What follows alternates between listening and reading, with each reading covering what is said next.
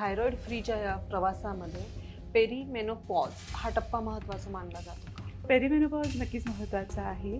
कारण त्यावेळेला जे सिम्प्टम्स दिसायला लागलेले असतात आणि आपण ना यासाठी प्रिपेअर होणं त्या शारीरिक आणि मानसिकदृष्ट्या हे आपण यावेळेला अगदी करू शकतो. आजकाल तेवढा अवेअरनेस नक्कीच आहे. स्त्रियांना माहिती आहे की हे काहीतरी मला बदल दिसायला सुरुवात झालेली आहे.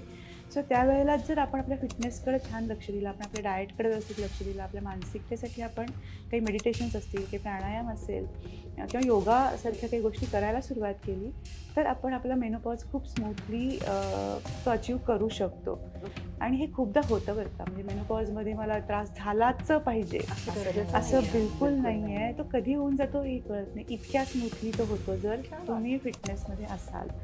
सो पेरिमेनोपॉज एक अशी स्टेज आहे जी तुम्हाला बदलायला एक तो चान्स असतो.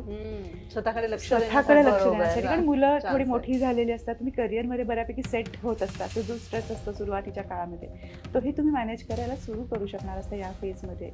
सो डेफिनेटली तो वेळ प्रत्येकीने स्वतःसाठी घेणं अगदी गरजेचं आहे.